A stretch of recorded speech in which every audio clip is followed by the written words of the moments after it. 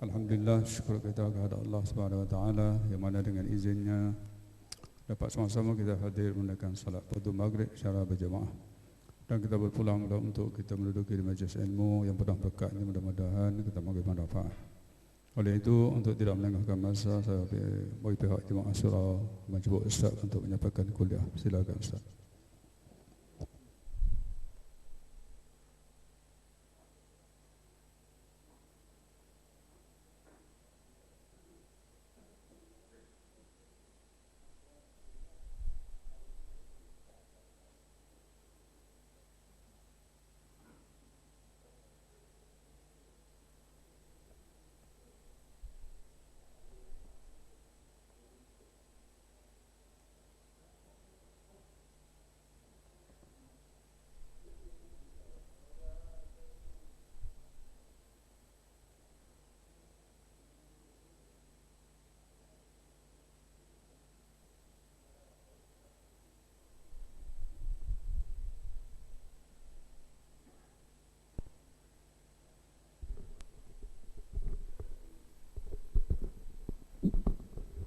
Assalamualaikum warahmatullahi wabarakatuh. Alhamdulillahi rabbil alamin wa bihi nasta'in wassalatu wassalamu ala asyrafil anbiya'i wal mursalin wa ala alihi wa sahbihi ajma'in. Subhanaka la ilma lana illa ma 'allamtana innaka antal alimul hakim. Wa la hawla wa la quwata illa billahil aliyyil azim. Alhamdulillah, bersyukur kepada Allah Subhanahu wa taala. Allah Subhanahu wa taala masih lagi mengizinkan kita untuk bersama-sama beribadat kepada Allah Subhanahu wa taala. Mudah-mudahan Allah Subhanahu wa taala mempertemukan kita di dalam bulan yang mulia, bulan Syaban, bulan Ramadan. Jadi kita sekarang ini sedang berada pada bulan Rejab. Bulan Rejab ni banyak keistimewaannya, banyak berlaku peristiwa-peristiwa di dalam bulan Rejab, antaranya perang Khandaq, pembebasan kota Al-Quds, hijrah yang pertama ke Habsyah, perang Tabuk, kemudian peristiwa Isra' dan Mi'raj. Jadi pada malam ini kita nak sentuh sedikit tentang satu peristiwa Isra' dan Mi'raj lah. Jadi bulan Rejab ini adalah salah satu daripada bulan yang disebut dalam Al-Quran seperti mana firman Allah Subhanahu wa taala, A'udzubillahi minasyaitonirrajim. Inna iddatash syuhuri 'indallahi 12 syahra fi kitabillah. Sesungguhnya bilangan bulan-bulan di sisi Allah adalah sebanyak 12 bulan. Fi kitabillah, di dalam kitab Allah, yakni di dalam ilmu azali Allah. Yauma khalaqas samawati wal ard, ketika mana aku nak jadikan langit dan bumi. Minha arba'atun hurum, maka daripada 12 bulan tersebut Allah kata 4 bulan daripadanya adalah bulan haram. Bulan haram ni adalah bulan yang penuh dengan kehormatan dan kemuliaan. Nah,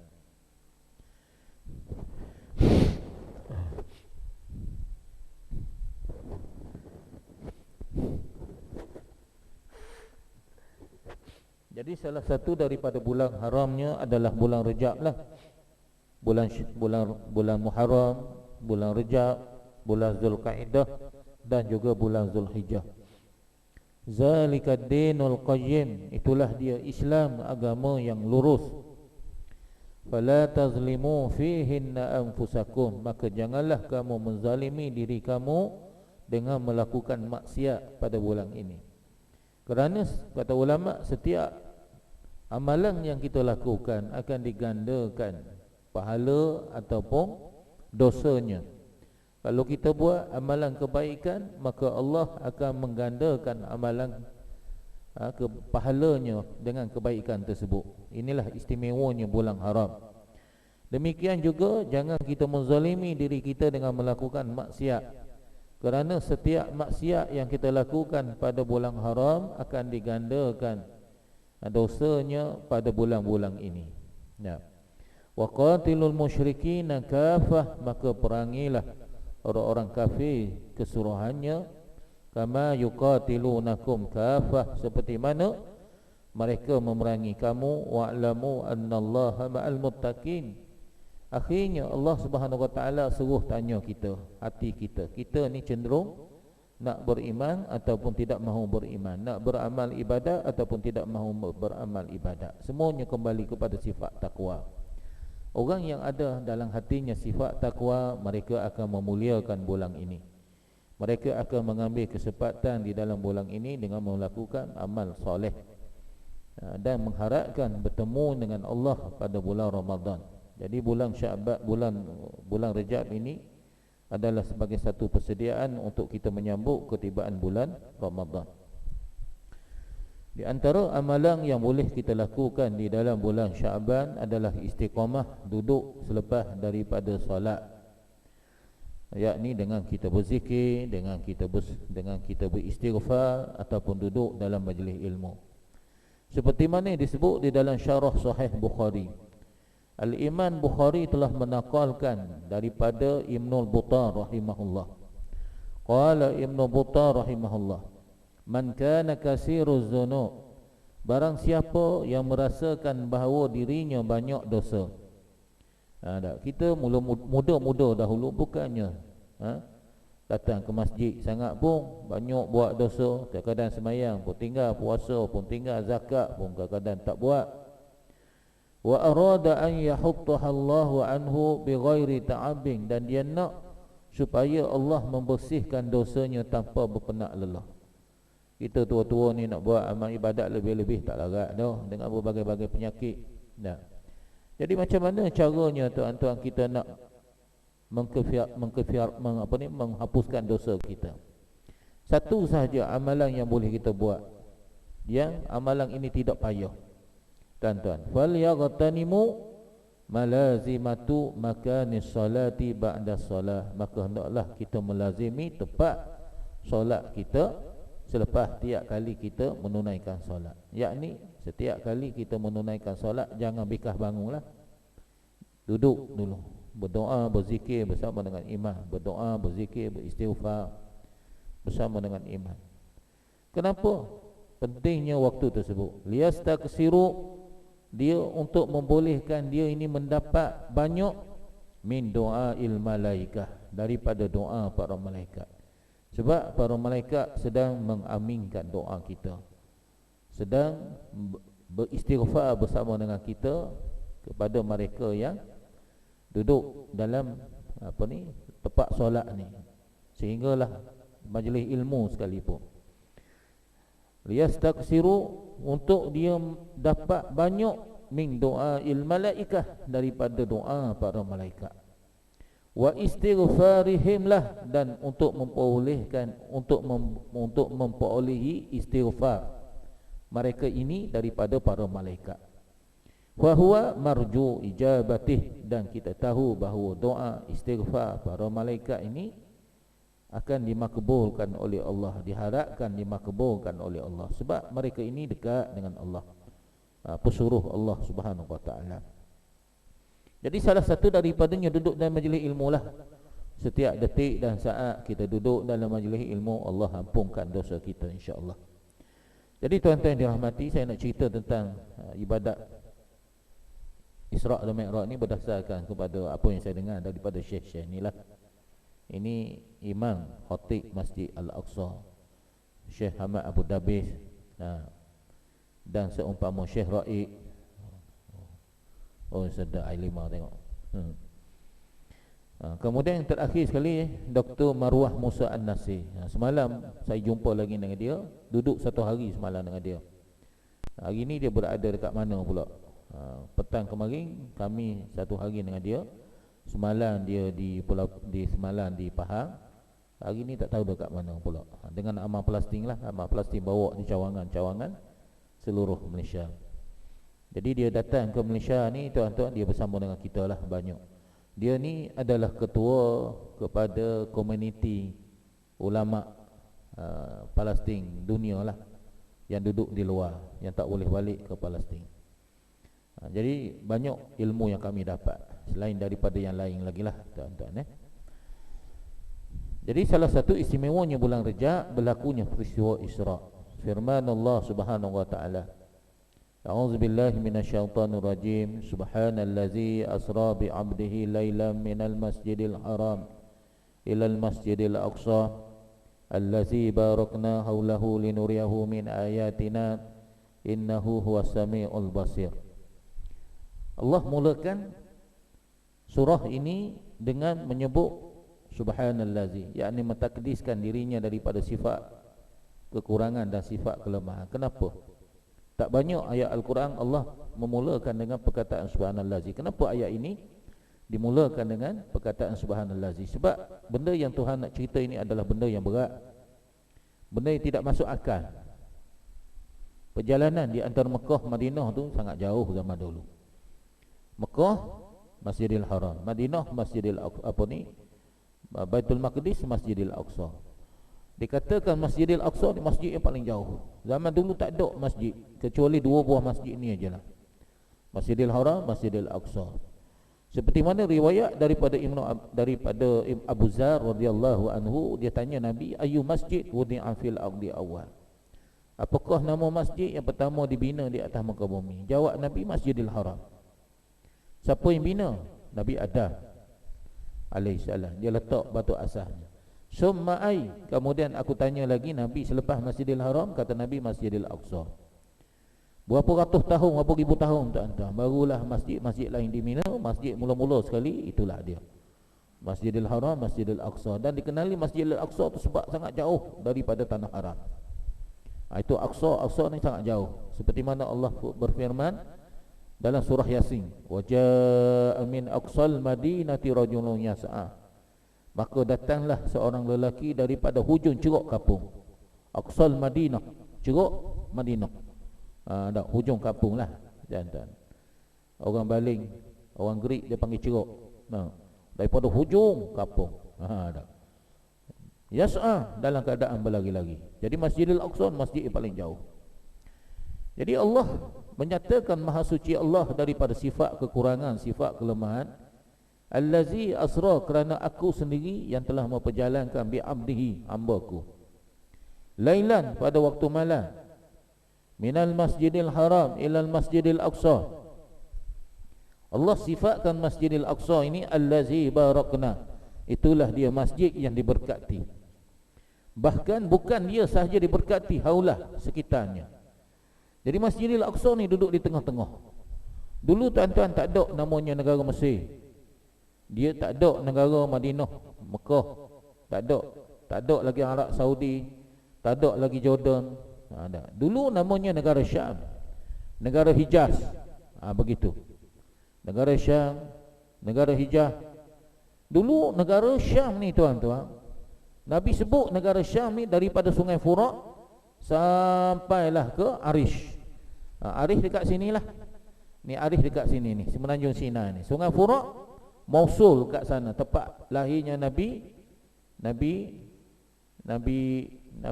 apa, ikan nong, ikan paus telan dia tu, Nabi Yunus. Tempat Nabi Yunus. Sehinggalah ke negara ni Mesir ni, yakni Semenanjung Sinai. Itulah negara Syam, di mana di tengah-tengahnya adalah Masjidil Aqsa yang terletak di Baitul Maqdis. Jadi di sekitar Baitul Maqdis ni adalah semua bumi yang diberkati oleh Allah, untuk diperlihatkan tanda-tanda kebesaran kami, dan dialah Allah yang maha mendengar lagi maha melihat. Berkata Ibn Qayyim Jauziyah bahawa Rasulullah SAW diisrakan dengan ruh dan dengan jasadnya daripada Masjidil Haram ke Baitul Maqdis dengan menunggang sejenis binatang namanya burak, ditemani oleh ketua malaikat yakni Jibril. Kemudian naik ke langit pertama, kedua, ketiga, sehinggalah ke langit yang ke-7, dan seterusnya menjadi tetamu Allah Subhanahu wa taala di Sidratul Muntaha. Kenapa dinamakan burak? Mengikut Iman Mahyuddin Muhakkid di dalam kitabnya Ayatul Kubra li Syarah Qisasul Isra, Al-Hafiz Jamaluddin Abdul Rahman As-Sayuti, dia menyatakan bahawa burak ini berasal daripada perkataan barkum, yakni cahaya ataupun kilat. Bermakna kenderaan yang dinaiki oleh baginda Rasulullah yang disediakan oleh Allah ini adalah sangat istimewa, sangat canggih, sangat hebat. Itulah. Dia adalah selaju cahaya, tuan-tuan. Burak tu. Berapakah kelajuan kenderaan burak ini? Cahaya ini. Cahaya tu laju dia, tuan-tuan. Sesaat bersamaan dengan 300,000 kilometer. Sesaat, satu saat. Bukan satu jam. Bersamaan 300,000 kilometer. Sesaat bersamaan 186 batu sesaat. Sesaat tu tuan-tuan boleh 7 kali kita kelilingi bumi. Itulah kenderaan yang dinaiki oleh baginda Rasulullah tu. Laju tak lajunya tuan-tuan, 750 kali berulang alik di antara Kuala Lumpur dengan Ipoh tuan-tuan, naik highway pelah. Bilakah berlakunya peristiwa Isra? Mengikut pendapat yang masyhur, pada malam 27 Rejab 621 Masihi, di mana Jibril telah mengejutkan Rasulullah sallallahu alaihi wasallam daripada lamunan malamnya dan mengisyaratkan kepada baginda sallallahu alaihi wasallam bahawa kenderaan burak telah siap di luar sana untuk membawa baginda ke Masjidil Aqsa di Palestin. Kemudian naik meredah 7 putaran langit sehinggalah sampai Sidratul Muntaha, melalui Baitul Ma'mur, memenuhi undangan daripada Allah Subhanahu wa taala. Di jarak di antara Masjidil Haram dengan Masjidil Aqsa adalah 2111 kilometer. Jadi dalam perjalanan tersebut baginda Rasulullah melalui Madinah. Malaikat kata inilah negeri tempat kamu hijrah. Kemudian baginda juga melalui Bukit Tursina. Malaikat kata inilah tempat di mana Nabi Isa bermunajat, saudaramu bermunajat. Saya naik dah Bukit Tursina ni tuan-tuan masa belajar Mesir. Kemudian baginda juga melalui Baitul Laham, maka berkatalah malaikat inilah tempat saudaramu Nabi Isa lahir. Kemudian sehinggalah Nabi transit tuan-tuan di Masjidil Aqsa. Barulah baginda Rasulullah sallallahu alaihi wasallam daripada Masjidil Aqsa baginda pun naik ke Sidratul Muntaha tuan-tuan. Jadi rihlah ini adalah rihlah yang sangat diberkati oleh Allah dan dia merupakan mukjizat yang terbesar yang Allah kurniakan kepada Nabi kita Muhammad yang tidak pernah diberikan kepada nabi-nabi yang lain. Mukjizat yang kedua terbesar selepas daripada Al-Quran adalah mukjizat Isra dan Mi'raj. Adapun dalil yang berkaitan dengan Mi'raj disebut di dalam surah An-Najmi ayat 7 hingga 18. Kita ambil beberapa ayat. Walaqad ra'ahu naslatan ukhra, sesungguhnya Muhammad telah melihat Jibril di dalam rupanya yang asal pada waktu yang lain. Inda Sidratil Muntaha, yakni ketika mana berada di Sidratil Muntaha. Indaha Jannatul Ma'wa, di sisinya ada syurga yang paling tinggi. Idh yaghsha sidrata ma yaghsha, Muhammad melihat Jibril dalam rupanya yang asal ketika mana berada di Sidratul Muntaha dalam keadaan diliputi oleh sesuatu yang meliputinya. Jadi sebelum baginda sampai di Sidratul Muntaha, baginda terlebih dahulu singgah di Baitul Ma'mur. Apakah dia Baitul Ma'mur? Baitul Ma'mur ini disebut di dalam surah At-Tur, wal Baitul Ma'mur, demi Baitul Ma'mur, was-saqfil marfu', dan atap yang ditinggikan, wal Bahril Masjur, dan laut yang di dalamnya ada api daripada api. Jadi itulah gambaran Baitul Ma'mur, yakni rumah yang diimarahkan, yang dimakmurkan dengan beribadat padanya. Dia merupakan tempat yang paling tinggi di langit, dan di dalamnya ada juga tanah yang terdiri daripada api laut, dan juga tanah yang ada padanya api. Imam Tabari Al-Jari, Ilmu Jari Tabari telah menakwalkan riwayat daripada Ibnu Abbas dengan berkata Baitul Ma'mur adalah rumah yang di sekitar Arash, dimakmurkan oleh para malaikat. Dan disebut di dalam hadis baginda 70,000 para malaikat solat di situ setiap hari, dan mereka tidak akan kembali buat selama-lamanya. Jadi 70,000 malaikat tawaf, lepas tawaf dia solat, lepas tu dia solat sampai ke tuan-tuan kiamat. Dia tak akan kembali lagi ke dunia. Di dalam hadis menyebut setiap hari masuk ke Baitul Ma'mur 70,000 malaikat yang tidak akan kembali. buat selama-lamanya sehinggalah berlakunya kiamat. Di manakah posisi Baitul Ma'mur? Dia adalah sejajar dengan Kaabah di atas muka bumi.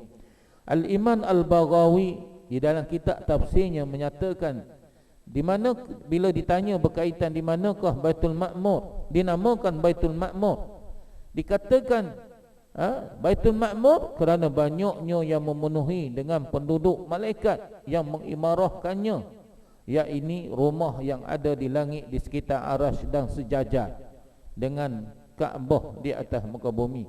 Sehingga Nabi menyatakan bahawa apabila seketul batu digugurkan daripada Baitul Ma'mur, nascaya dia akan jatuh di atas Kaabah.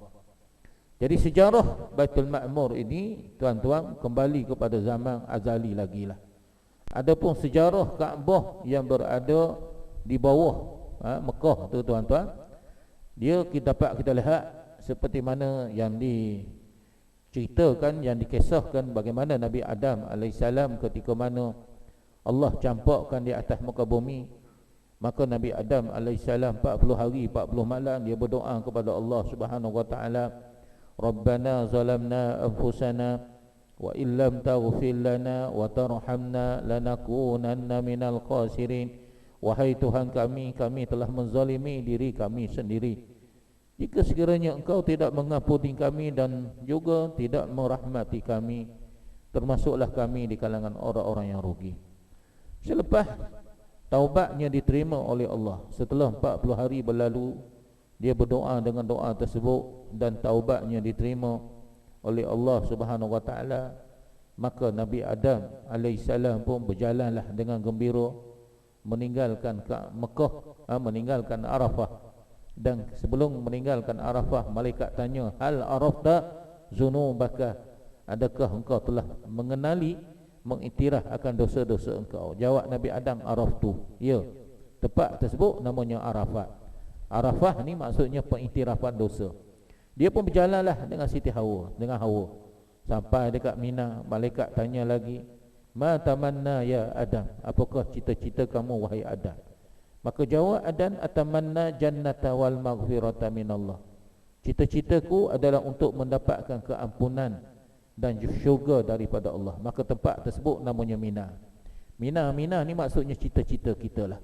Berjalan lagi sampai dekat Mekah. Bila sampai dekat Mekah, datang perasaan rindu dia kepada Allah. Isteri dah dapat jumpa, Allah dah ampun dah dosa, terindulah pula. Sebab masa dia duduk dalam syurga, dia sentiasa beribadat pada Allah. Masa duduk dalam syurga, dia tengok malaikat ni tawaf di Baitul Ma'mur. Itu sejarah Baitul Ma'murnya.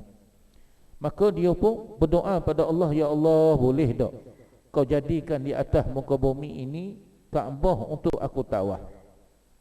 Jadi sebab itulah Allah telah memerintahkan malaikat Jibril ukur sejajar dengan Baitul Ma'mur ini adalah Kaabah. Kaabah tu sebenarnya telah diletak batu asasnya, tuan-tuan, oleh malaikat Jibril. Tapi datang dia punya Nabi Adam letak batu lah. Lepas letak batu, bangunan tak ada lagi.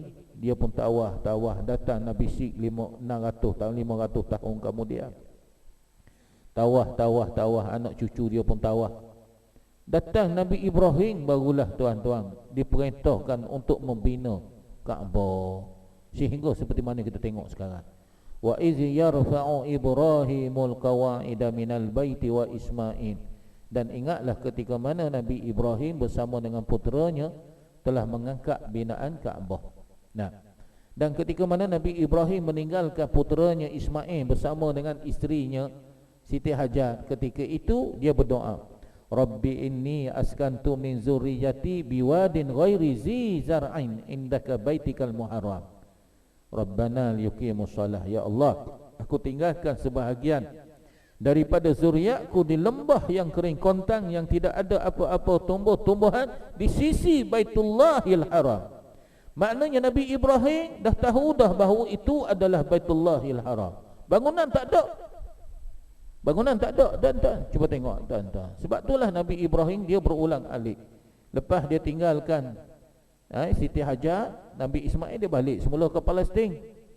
Lepas balik ke Palestin tu, tuan-tuan, dia berulang alik datang pula ke Mekah. Maka bila tengok Nabi Ismail besar, dia perintahnya sembelih. Balik pula, datang pula tengok Nabi Ismail dah boleh bekerja, maka dibinanya bangunan Kaabah. Itulah sehingga sekarang ni bila kita tawaf, hendaklah kita ingat tuan-tuan, sejajar dengan Baitullah itu adalah Baitul Ma'mur. Dalam keadaan kita tawaf, kita kena ingat 70,000 para malaikat juga sedang tawaf. Itu dia istimewanya Baitul Ma'mur. Jadi tuan-tuan, jadi kenapa Nabi diisrakan ke Masjidil Aqsa? Jadi yang pertama, Tuhan kata bumi ini adalah bumi yang berkat. Kenapa dia berkat? Sebab dia adalah bumi para anbiya. Supaya Allah nak ingatkan kepada Nabi kita Muhammad, inilah dia bumi datuk nenek moyang Nabi kita Muhammad sallallahu alaihi wasallam. Semua keturunan Nabi ini berasal daripada sinilah. Sebab itulah di sinilah bersemadinya jasad Nabi Ibrahim, Nabi Yaqub, Nabi Ishaq. Nabi Ishaq itu cucu kepada Nabi Ibrahim. Dan tidak pernah lagi berlaku bahawa para anbiya berkumpul dekat sini. Hampir 124,000 para anbiya. Jadi istimewanya masjid ini, dia adalah masjid dan bumi yang Allah Subhanahu Wa Taala cinta. Sebab kenapa Allah cinta? Sebab dia bumi berkat. Dan apabila ia adalah bumi yang dicintai oleh Allah, maka Allah perintahkan semua penduduk langit dan bumi mencintai apa yang Allah Subhanahu Wa Taala cintai. Yang kedua, dia adalah bumi dan masjid yang Rasulullah sallallahu alaihi wasallam cinta. Sehingga Nabi suruh kita pergi, baik dalam keadaan aman ataupun dalam keadaan perang. Kalau tak nak pergi, bantulah Masjidil Aqsa. Nabi suruh hantar minyak-minyak. Dan istimewanya masjid ini lagi, dia adalah masjid tempat Rasulullah sallallahu alaihi wasallam mengubat duka lara. Ketika mana baginda bersedih selepas kematian Abu Talib, kemudian mati pula Khadijah, Nabi tidak dibawa melancong ke tempat lain. Kita pergilah melancong tuan-tuan, pergi ke Jepun, pergi ke Korea. Hari ini pergi ke tiket nak pergi ke Korea tuan-tuan, tahu berapa tiket dia Jepun? Tahu tak? RM150 pergi balik. Tak ada orang nak pergi sebab kes corona ni tuan-tuan. Asia offer, siapa nak pergi ke boleh tunda apa semua sekali. Tak ada orang nak pergi ke Jepun. Daripada beribu tiket tuan-tuan, tinggal 150 pergi balik. Tapi tak boleh pergi esok lusa lah, 4-5-6 bulan boleh booking tuan-tuan. Tak ada orang nak pergi. Dan negara kita juga terjejah dengan penyakit tersebut. Contoh terjejahnya, antara negara disenaraikan bahawa tak boleh masuk ke Mekah adalah negara Malaysia. Walaupun kes kematian tak ada lagi, setakat ni tak ada lagi kes kematian tuan-tuan, tapi Malaysia antara negara yang disenaraikan banyak tuan-tuan merebaknya penyakit ni. Jadi Nabi telah dihiburkan tuan-tuan di Baitul Maqdis. Dan yang menarik juga, masjid ini adalah tempat dihiburkan hati baginda Rasulullah sallallahu alaihi wasallam sebelum baginda Rasulullah sallallahu alaihi wasallam menjadi tetamu Allah Subhanahu wa taala di Sidratul Muntaha. Dan masjid ini juga adalah tempat dikumpulkan para anbiya. Tak pernah berlaku para anbiya berkumpul dekat sini. Dan Nabi mengimani solat seluruh para anbiya di situ sebelum menjadi tetamu Allah di Sidratul Muntaha dan Baitul Ma'mur. Jadi tuan-tuan, ketika mana Nabi singgah dekat Masjidil Aqsa inilah Nabi menjadi imam. Lepas Nabi menjadi imam, Nabi tak sempat nak bersembang, nak tanya khabar dengan para anbiya. Sebab tugas baginda Rasulullah adalah pergi ke Sidratul Muntaha, Baitul Ma'mur. Jadi sebab itulah Nabi bila naik ke langit tu Nabi singgah. Langit pertama ziarah Nabi Adam, langit kedua Nabi Yahya, Nabi Isa, langit ketiga Nabi Yusuf, langit yang keempat singgah ziarah Nabi Idris, langit yang kelima Nabi Harun, Nabi Musa, Nabi Ibrahim. Kenapa Nabi-Nabi ni je? Wallahu a'lam lah tuan-tuan. Dia mewakili lah tuan-tuan, nak jumpa semua mungkin susah tuan-tuan. Kemudian tuan-tuan, diceritakan, diriwayatkan bahawa tiap Nabi ini, mereka ini mempunyai cara dakwah yang berlainan. Jadi dia pun bagi nasihat kepada Nabi kita Muhammad. Sabarlah adik mak, dia kata, aku pun dulu macam tu juga. Sebab Nabi ini berhadapan dengan rintangan yang paling dahsyat sebelum baginda sallallahu alaihi wasallam menjadi tetamu Allah. Jadi sebab itulah Nabi ini Allah suruh dia ziarah para anbiya ni terlebih dahulu untuk dapat semangat. Nabi Musa macam tu juga. Dalam banyak-banyak Nabi ni, Nabi Musa yang paling prihatin. Nabi Musa kata mesti Muhammad ni Allah nak bagi sesuatu pada dia. Sebab tak pernah lagi berlaku dalam sejarah, aku sendiri pun tak pernah naik ke Sidratul Muntaha. Kenapa dia boleh naik? Mesti Tuhan nak bagi sesuatu pada beliau. Tak apalah, bila dia turun nanti aku nak panggil dia. Ketika mana turun saja tuan-tuan, bila sampai Nabi Ibrahim dia naik dengan Jibril, sampai langit yang ketujuh ni, sampai langit ketujuh, Jibril kata, "Hai Muhammad, kamu naiklah ke Sidratul Muntaha. Aku kalau naik aku terbakar." Ini menunjukkan bahawa manusia ni sebenarnya lebih hebat daripada para malaikat. Malaikat tahap iman dia tuan-tuan disampai ke maksimal. Kita tahap iman kita tidak ada tahap maksimal. Tahap iman kita ni tidak ada maksimal. Malaikat dia ada maksimal dia. Itulah hebatnya manusia berbanding dengan malaikat. Tapi itulah kita imam nak sampai ke tahap iman malaikat tu memang payahlah. Tapi Nabi kita boleh mengatasi iman para malaikat. Jadi hikmah di mana Nabi SAW ziarah para anbiya ini terselah, bukan sekadar baginda mendapat nasihat, semangat daripada para anbiya, tetapi selepas daripada baginda bertemu dengan Allah dan disyariatkan oleh Allah Subhanahu wa taala melalui sembahyang 5 waktu, yakni di Baitul Ma'mur, maka baginda pun turun. Dan ketika mana turun, itulah Nabi Musa ni yang sangat prihatin. Dia panggil, "Adik mak, singgah dah sekejap, minum-minum kopi dulu, mari bersembah ni." Lalu dia tanya, "Hei adik mak, apa yang Allah Subhanahu wa taala perintahkan kepada kamu ni? Istimewa ni kamu naik ke atas ni. Aku nak tanya tadi tapi biarlah turun, nantilah nak tanya." Lalu Nabi kita pun ceritalah, disyariatkan 50 sembahyang. Berat tu adik mak. Umat aku umur panjang beratus tahun, berpuluh tahun pun tak mampu nak buat. Apatah lagi umat kamu yang kecil-kecil, umur pendek, tak mampu nak buat 50 waktu sembahyang ni. Minta kurang dengan Allah lah. Nabi pun berulang alik atas nasihat siapa tu? Nasihat Nabi Musa lah tuan-tuan. Itu di antara hikmahnya juga tuan-tuan, Nabi SAW ziarah para anbiya. Jadi bumi ini juga sangat istimewa sebab dia adalah bumi sahabat tuan-tuan. Bumi sahabat. Di antara sahabat yang terkenal tuan-tuan yang mati di bumi Palestin, antaranya Shaddad bin Aus. Ketika mana Nabi hampir wafat, Nabi tu tengah sakit, maka datanglah Shaddad bin Aus. Dia datang, lalu nampak rimah menangis, sedih Shaddad bin Aus tadi. Nabi senyum aja. Nabi kata, "Hei Shaddad, kenapa kamu ni nampak rimah saja ni? Kelang kabut aja, sedih aja ni." Dia sedih sebab Nabi nak wafat dah. Nabi sakit. Jadi Shaddad tak sempat nak jawab, tak tergamuk nak jawab, "Tuan-tuan, aku sedih tengok kamu sakit, kamu nak mati." Shaddad tak tergamuk nak sebut macam tu. "Hei Shaddad, aku nak beritahu pada kamu. Pergilah ke Baitul Maqdis, ke bumi Palestin." Tengok Nabi nasihatkan kepada Shaddad, "Aku tengok kamu ni akan menjadi pemimpin yang hebat di Baitul Maqdis selepas kewafatanku." Ini terbukti tuan-tuan, selepas Nabi wafat aja 4 tahun aja lepas Nabi wafat. Nabi wafat 630, 611 Isra' Mi'raj kan. 612 tuan-tuan, 612 Nabi hijrah. 612 hijrah, setahun selepas daripada Isra' Mi'raj, hijrah ke Madinah. 10 tahun Nabi SAW mendirikan negara Islam. Sampai 630 Nabi wafat tuan-tuan. 4 tahun selepas Nabi wafat, Shaddad ketika itu masih lagi hidup. Dia bersama dengan tentera Islam telah membuka Palestin, dan dia akhirnya menjadi pemimpin dekat sana. Tengok tuan-tuan. Jadi istimewanya bumi Palestin ni, bumi para sahabat.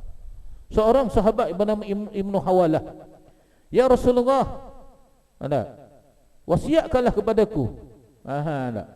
Wasiatkanlah kepada kami. Maka Nabi kata, "Selepas kewafatanku, umat Islam akan menjadi 3 pasukan tentera. Satu pasukan tentera dekat Iraq, satu lagi pasukan tentera di Yaman, satu lagi pasukan tentera di negara Syam. Wa alaikum bisyam, pilihlah tentera yang akan pergi ke negara Syam. Bolehlah tentera, kerana Allah telah memberkati negara Syam. Lalu sahabat tu tadi tuan-tuan, dia pun pergi ke negara Syam, dan dia di antara sahabat yang membuka negara Syam. Jadi ramai para sahabat yang mati dekat sana, tuan-tuan. Dan salah seorang daripada yang mati dekat sana juga, yang menjadi hakim yang pertama di zaman pemerintahan Sayyidina Umar adalah Ubadah bin Samit. Kalau tuan-tuan pergi ke Masjidil Aqsa, tuan-tuan boleh ziarah kubur Ubadah bin Samit. Dia adalah hakim yang pertama yang dilantik oleh Sayyidina Umar, tuan-tuan, apabila Palestin dapat dibuka. Banyak lagi lah para sahabat. Dan dia juga adalah masjid tempat lahirnya Imam Asy-Syafi'i kita. Dia adalah bumi tempat lahirnya Imam Asy-Syafi'i kita. Istimewanya masjid ini. Bila Imam Syafi'i kita lahir, 776 Misihi. 767 Misihi, 150 Hijrah. Dan Imam Syafi'i, dia ni sangat suka beriktikaf di Masjid Al-Aqsa, lebih daripada Masjidil Haram, lebih daripada Masjid Nabawi. Apabila ditanya kenapa dia ni sangat suka beriktikaf dekat sini, bila ditanya, beliau menjawab, di sinilah tempat berkumpulnya para anbiya dalam peristiwa Isra' dan Mi'raj. Tak pernah berlaku para anbiya berkumpul dekat sini, 124,000, dan di sinilah dikuburkan para anbiya. Jadi kalau kita pergi ke Masjidil Aqsa, ada kubur Nabi Daud, ada kubur Nabi Sulaiman, ada kubur Nabi Ibrahim, ada kubur Nabi anak kepada Nabi Ibrahim, yakni Nabi Zakaria, dan juga cucu dia Nabi Yahya. Jadi tuan-tuan, kenapa masjid ini dicintai oleh Allah Subhanahu Wa Taala? Sebab dia adalah masjid yang penuh dengan keberkatan. Kenapa dia berkat? Sebab Tuhan kata berkat, berkatlah. Sebab yang paling utamanya kerana dia adalah tempat di mana berkumpulnya para anbiya. Dan disitulah Nabi SAW telah menjadi imam. Apakah hikmah Nabi menjadi imam? Kata Dr. Sukodawi, hari ini tersebar berita Dr. Sukodawi meninggal dunia. Tapi yang saya baca dalam Facebook tu, dia punya ulama kanan, Dr. Sukodawi menafikan dia masih lagi sihat. Memang dia tengah sakit sekarang ni, tuan-tuan. Dia kata di antara hikmah Nabi SAW menjadi iman kepada para anbiya, dia kata yang pertama, himpunan para nabi adalah deklarasi untuk memindahkan kepimpinan agama dunia ni kepada umat dan Nabi kita Muhammad. Kerana umat dan Nabi kita Muhammad ini bersifat global. Berbanding dengan Bani Israel, dia khusus risalah dia untuk Bani Israel sahaja. Itu di antara hikmahnya. Jadi kewajipan kita lah, tuan-tuan, untuk menyampaikan dakwah.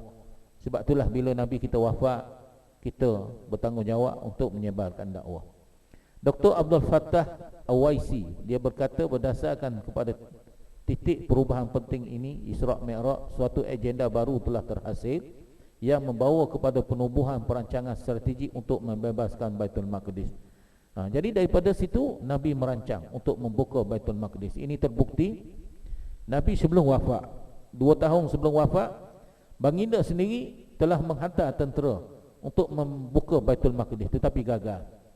Kemudian Baginda sendiri melancarkan perang Tabuk, juga tidak terhasil membuka Baitul Maqdis. Sehinggalah Nabi wafat, diteruskan perjuangannya oleh Sayyidina Abu Bakar. Kemudian terhasil Baitul Maqdis dibuka di zaman Sayyidina Umar bin Al-Khattab. Jadi tuan-tuan yang dirahmati Allah Subhanahu Wa Taala, jadi bagi kita Baitul Maqdis ini adalah sebahagian akidah kita. Masjidil Aqsa sebahagian daripada akidah kita umat Islam. Dan wajib kepada kita untuk kita mempertahankannya. Kenapa? Sebab dia adalah kiblat pertama kita umat Islam. Kerana dia adalah masjid yang kedua dibina di atas muka bumi berdasarkan hadis yang kita baca tadi.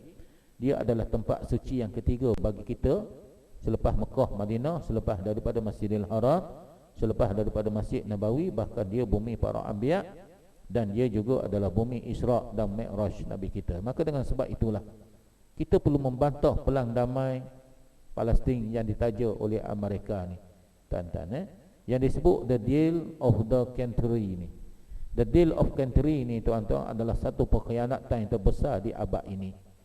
Tuan-tuan boleh tengoklah tuan-tuan, siapa di belakang the deal of country.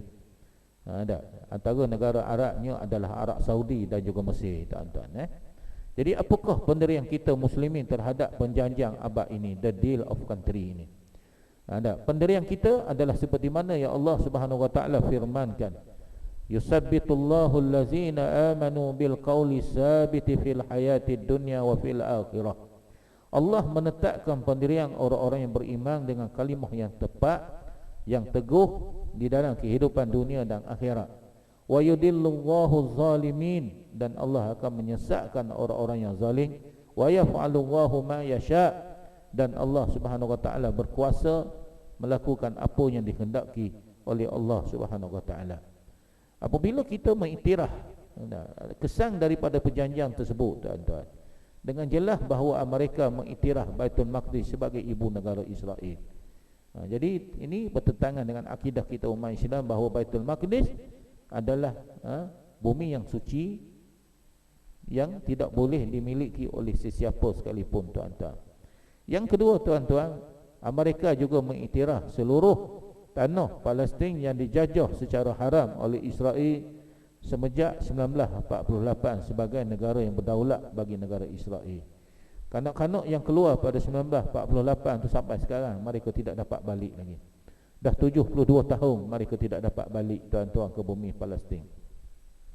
Dan juga dengan deal of country juga mengiktiraf seluruh penempatan haram Yahudi di tebing barat, termasuklah tanah yang dirapah oleh Zionis masa perang 1948 dan 1967. Pada perang 1967 mereka dapat menguasai Masjidil Aqsa, sehingga sekarang mereka menguasai Masjidil Aqsa, tuan-tuan. Ini masa perang 1967 mereka dapat mengalahkan 4 buah negara Arab. Jadi sakibaki bumi Palestin ni, tuan-tuan, tinggal hak ni jelah ni. Yang tebing barat ni yang diberikan oleh bangsa-bangsa bersatu kepada Palestin pun mereka kuasai. Sebab kawasan ini kawasan yang suburnya, kawasan lain padang pasir. Kawasan yang ditakluk oleh Israel itu kawasan padang pasir. Kawasan ni kawasan suburnya.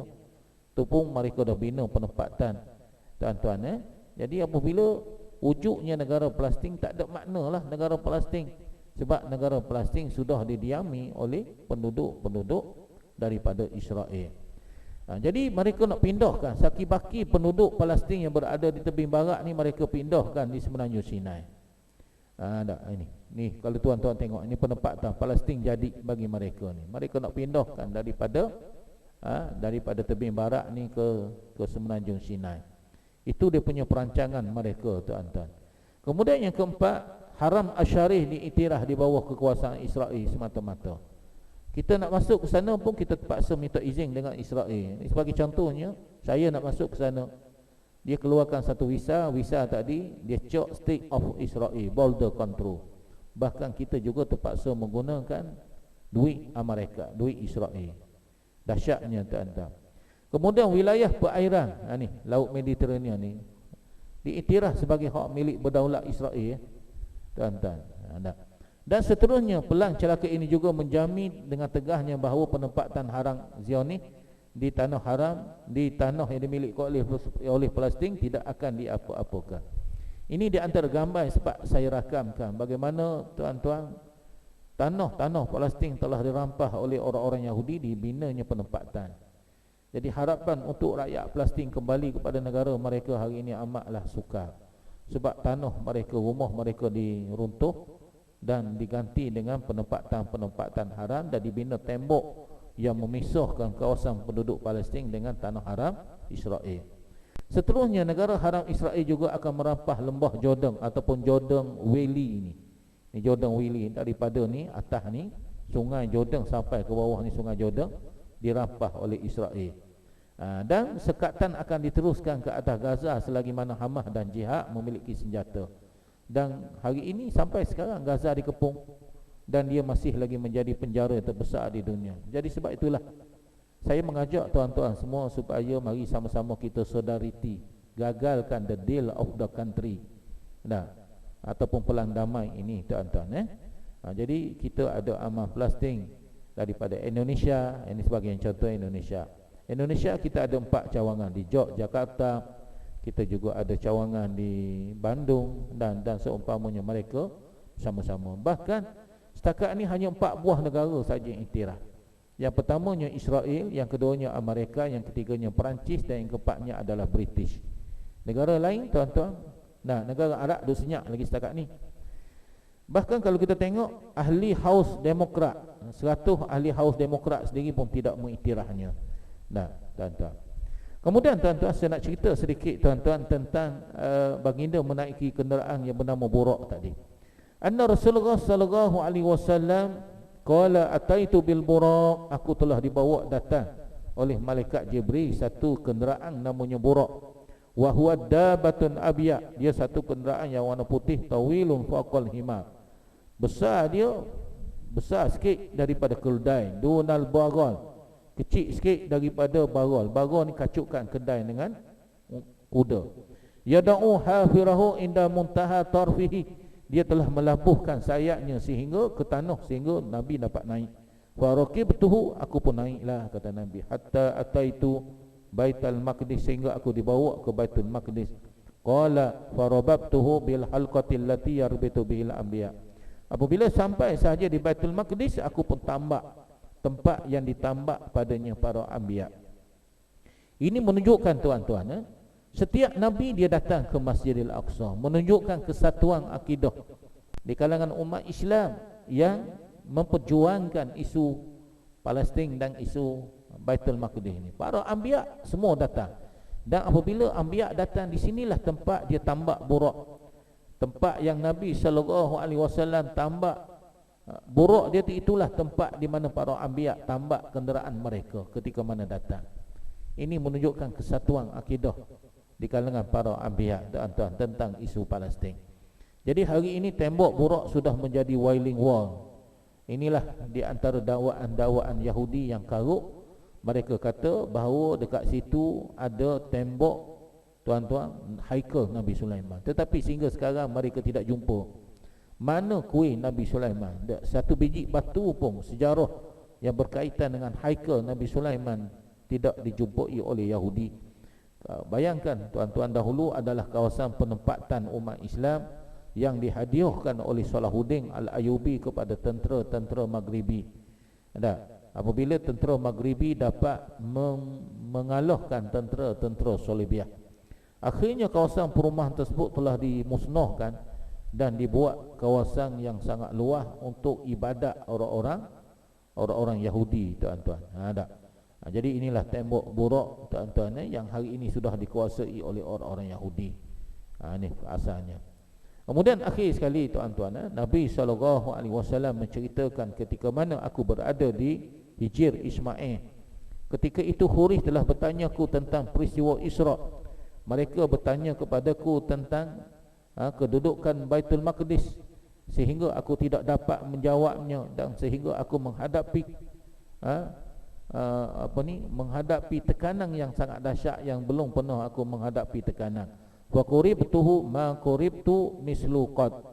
Tiba-tiba ketika itulah Allah membentangkan kepadaku satu skrin. Wa rafa'ahu Allahu li. Allah telah membentangkan kepadaku satu skrin, anzuru ilaihi, dan aku dapat tengok tentang skrin Masjidil Aqsa tu. Ma yas'aluni an syai'in illa anba'tuhum bih. Apa sahaja yang mereka tanya tentang Masjidil Aqsa, aku dapat jawab. Dan ketika itulah aku ingat lagi kata Nabi sallallahu alaihi wasallam, aku melihat satu jemaah di kalangan para anbiya. Jadi Nabi tak sebut berapa ramai para anbiya yang berada di Masjidil Aqsa. Cuma ulama kata 124,000 lah para anbiya. Ketika itu aku melihat Nabi Musa sedang berdiri, dan rupa Nabi Musa ni rambut dia keriting. Kalau kamu nak kenal Nabi Musa, kamu tengoklah sahabat kamu yang bernama Syanu'ah. Rupa dia hampir sama dengan Nabi Musa. Aku tengok juga Nabi Isa AS, dia sedang berdiri dan qa'imun yusalli, dia sedang sembahyang sementara nak tunggu aku sembahyang.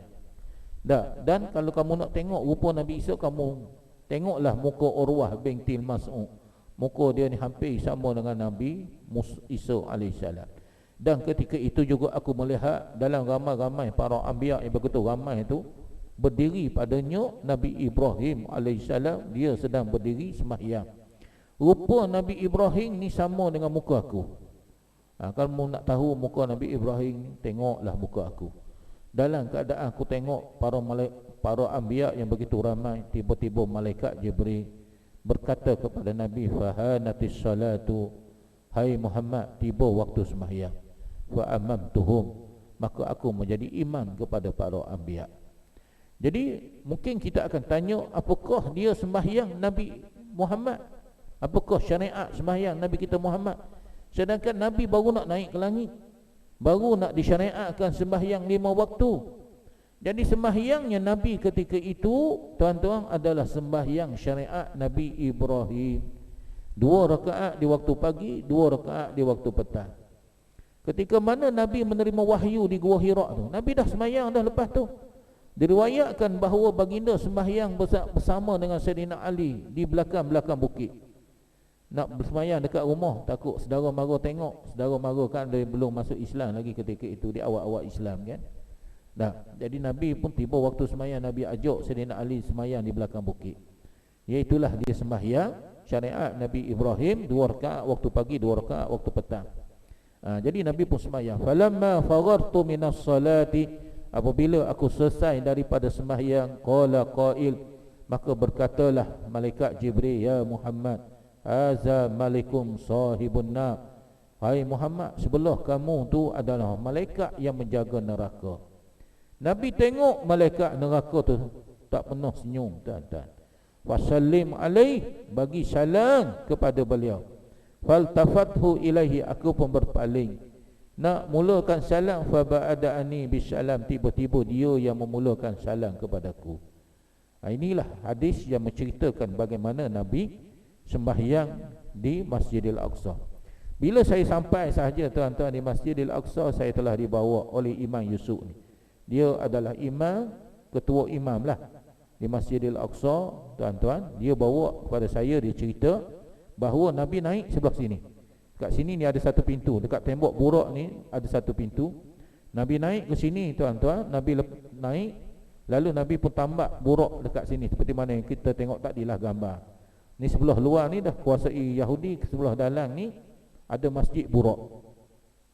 Nabi SAW pun berdiri dekat sini. Nabi tengok penuh ni malaikat. Dulu tak ada lagi bangunan ni. Ni bangunan ni tak ada semua ni, tuan-tuan. Dulu dia hanya ada tiang-tiang aja. Tiang 4 segi, satu sebelah sini, sebelah sini, sebelah sini, sebelah sini.